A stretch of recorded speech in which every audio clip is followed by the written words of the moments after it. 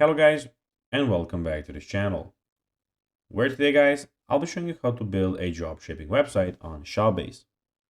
So guys, the first thing that you of course need to do is go to Google and type in shopbase.com. After that, you just need to go and log into your profile or register to ShopBase if you haven't already done that, of course.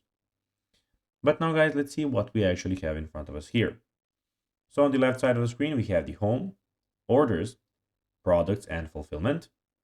We also have the analytics, marketing and sales, contact, apps, settings, and the online store. But now guys, let's see how you can actually go and build a dropshipping website on ShopBase. So building a dropshipping website on ShopBase is a great way to start your online business. And here is a step-by-step guide how you can do it. Of course, first of all, as I already told you, sign up to a ShopBase account, then log into it and go create, of course, a new store.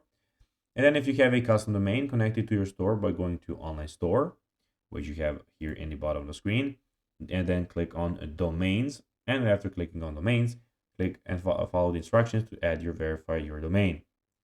Use the migrate to ShopBase app or manually add products to your store. Then go to settings. Here, go to settings, payment providers, and then connect your preferred PayPal method such as PayPal or Stripe. Configure your shipping settings by going to settings again, and then now going to shipping. You can set up shipping rates, zones, and methods. Use shop-based tools to optimize your store CEO, mobile responsiveness, and user experience.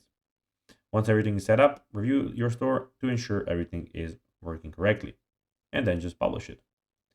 That will be everything guys for this video. I hope that you enjoyed it, and guys, as always, I'll be seeing you in the next video on this channel. Bye guys.